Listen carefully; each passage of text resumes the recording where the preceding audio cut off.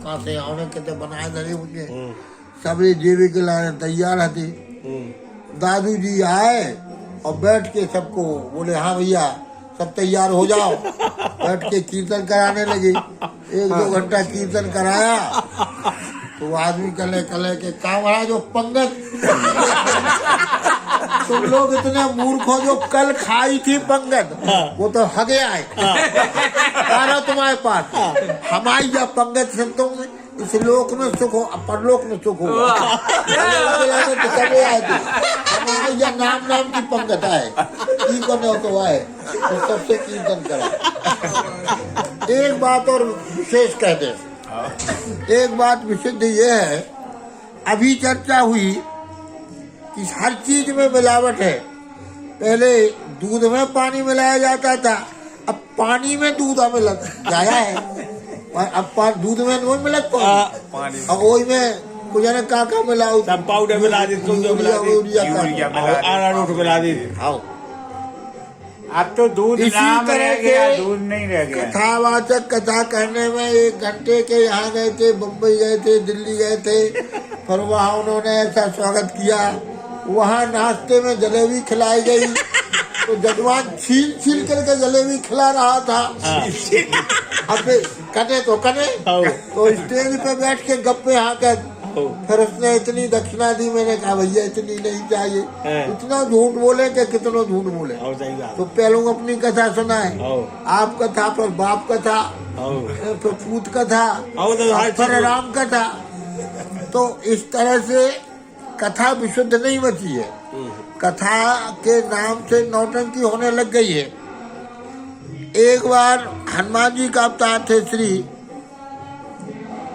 समर्थ गुरु रामदास। समर्थ गुरु रामदास जी हनुमान जी का अवतार थे। सत्संग में उन्होंने कहा कि भगवान की विशुद्ध कथा जहाँ होती है वहाँ भगवान हनुमान जी के सहित भगवान जरूर आते हैं। कथा में कह दिया उनने तो आदमी पहुंचे बोले महाराज आपने कथा में आज बहुत विशेष बात कही। बताओ क्या कहे। वो आप कहा कि जहाँ विशुद्ध कथा होती है वहाँ राम जी और हनुमान जी के सहित सब आते हैं। तो समर्थ जी ने कहा समर्थ गुरु रामदास जी ने कहा हाँ भाई बात तो ऐसी है। बोले पक्की है। बोले ऐसी है। तो बोले हमें वो विशुद्ध कथा कराओगे तो बताओ पीछे कराएं। बोले भाई विशुद्ध कोई भक्त होता है कोई विशुद्ध कथा करता है उसको ढूंढो। बोले हमें नहीं आई समझ में आप करो। उनसे कहा कि हमको दूसरा समझ में नहीं आ रहा है आप ही करो वो विशुद्ध कथा। बोले ठीक है हम करें। बोले वो विशुद्ध कथा में भगवान आए। बोले हाँ जरूर है। हनुमान जी आए। हाँ बोले जरूर आए। हनुमान जी को तो सिफारिश कर ले और जरूर आएंगे। हनुमान जी ने कहा है था तय हो गई। कब होने बोले अगले मंगल को। क्षेत्र भर में हल्ला होगा भारी आदमी इकट्ठा हो गए। अरे भैया विशुद्ध कथा होने उनमें भगवान होने और हनुमान जी को आने प्रत्यक्ष दर्शन करवे। तो प्रत्यक्ष दर्शन करवे इतना पूरा मैदान भर गया हम तो विशुद्ध कथा। अब समर्थ गुरु रामदास जी बैठे विशुद्ध कथा कहवे के लाने तो उनका श्री राम जय जय राम श्री राम जय करत 10-15 मिनट हो गए। अब लिखा है कबीरदास जी कहते हैं कि राम कहे कि जरवरा का पूरा बला पाप। पापी लोग राम नाम को सहन नहीं कर पाते। क्या बात है।